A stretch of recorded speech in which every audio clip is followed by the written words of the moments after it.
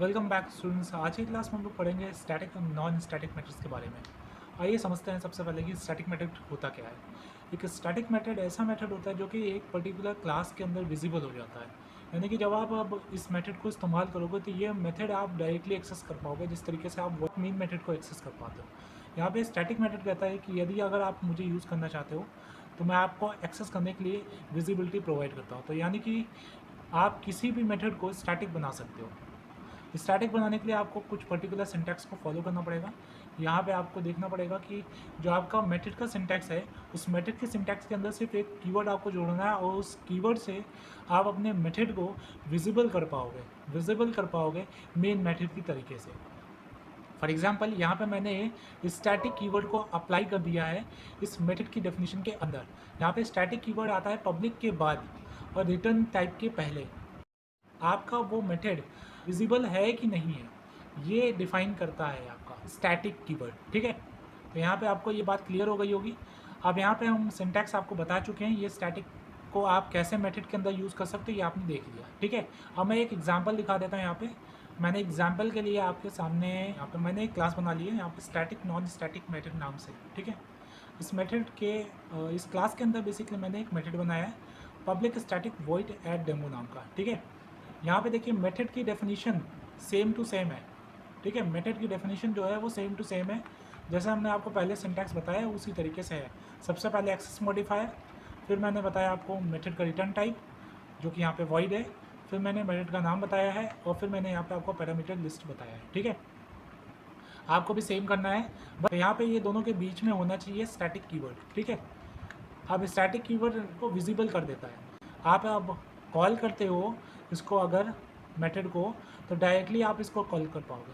अगर आप इसको मेन मेथड के तरीके रन करना चाहते हो तो अब ये डायरेक्टली आपके लिए विजिबल हो गया है। एग्जाम्पल के लिए मैं अभी आपको दिखाता हूँ उसको। यहाँ पे देखिए, ये मैं कंपाइल कर देता हूँ, इसे कंपाइल किया, ये कंपाइल हो गया है। और अब मैं इसको काट के ओपन करके दिखाता हूँ। राइट क्लिक किया, ये है मेरा प्रोग्राम, और यहाँ देखिए वॉइड एड डेमो नाम का क्लास है। इसको मैंने क्लिक किया और यहाँ देखिए रिजल्ट दिख रहा है सम ऑफ 2 + 3 = 5। तो ये मेरा मेथड के अंदर लिखा था और यही मुझे आउटपुट में मिल रहा है। तो आपने देख लिया कि किस तरीके से एक स्टैटिक मेथड काम करता है। ठीक है, अब हम आपको बता देते हैं कि नॉन स्टैटिक मेथड क्या होता है। नॉन स्टैटिक मेथड के अंदर आपको ऑब्जेक्ट बनाना पड़ेगा और ऑब्जेक्ट बना के ही उसको कॉल करना पड़ेगा। एग्जाम्पल के लिए जैसे मैं यहाँ पे इसी का एक कॉपी बना रहा हूँ। ठीक है, यहाँ पे मैंने इसको कॉपी किया और यहाँ पे मैंने पेस्ट किया। यहाँ पे मैं स्टैटिक को सिर्फ हटा दूँगा, यहाँ से स्टैटिक को मैंने हटा दिया और यहाँ पे मैंने नाम भी सिमिलर ही रखा है। ठीक है, वॉइड एड डेमो नाम से, या चलो मान लो मैं यहाँ पे डेमो की जगह पे डेमो 2 लिख देता हूँ। ठीक है, डेमो 2, यहाँ पे डेमो 2 लिख देता हूँ और यहाँ पे मैं इसे कंपाइल कर दिया, देख लीजिए यहाँ पे। ठीक है, कंपाइल कर दिया।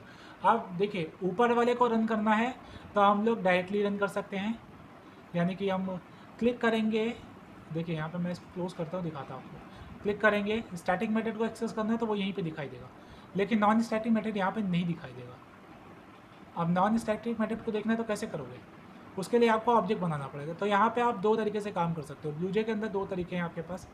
एक तो आप राइट क्लिक करो, यहाँ पे लिखा हुआ है क्लास का नाम, new static non static method, इसको क्लिक करोगे, ये पूछेगा आपके इंस्टेंस का नाम बताइए। यहाँ पे आप इंस्टेंस का नाम बताओ। इंस्टेंस बेसिकली ऑब्जेक्ट का नाम पूछ रहा है आपसे। ऑब्जेक्ट मैंने यहाँ पे लिख दिया ऑब्जेक्ट 1 नाम से। ठीक है, ऑब्जेक्ट 1 नाम से लिख दिया। यहाँ पे देखिए ऑब्जेक्ट क्रिएट हो चुका है। राइट क्लिक करिए इसके ऊपर, वॉइड एड डेमो पे क्लिक करिए। क्लिक करेंगे और ये देखिए आपका ये मेथड चल गया। देखा कितना आसान काम था।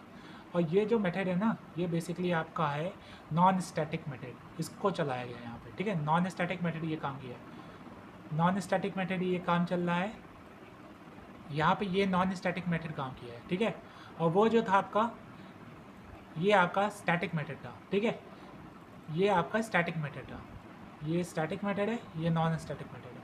यहाँ पे मैं इसके आगे 1 और 2 भी लिख देता हूँ, 1 और यहाँ पे लिख देता हूँ 2। यदि मैं इसको अगर अब रन करूँगा तो जो कुछ डाउट होगा आप बच्चों को वो क्लियर हो जाएगा। यहाँ पे मैं इसे कंपाइल कर देता हूँ। पहले तो कंपाइल किया, कंपाइल हो गया, प्रोग्राम को क्लोज़ किया। राइट क्लिक करते हैं, पहले हम लोग स्टैटिक मेथड को चलाते हैं। क्लिक किया, वॉइड एड डेमो पे क्लिक किया और ये कंपाइल हो गया। देखिए यहाँ पे सबसे पहला वाला मेथड रन हो चुका है। यहाँ पे एकदम सही रिजल्ट दिखा रहा है, सम ऑफ 2 + 3 = 5। ठीक, नॉन स्टैटिक मेथड को देखते हैं।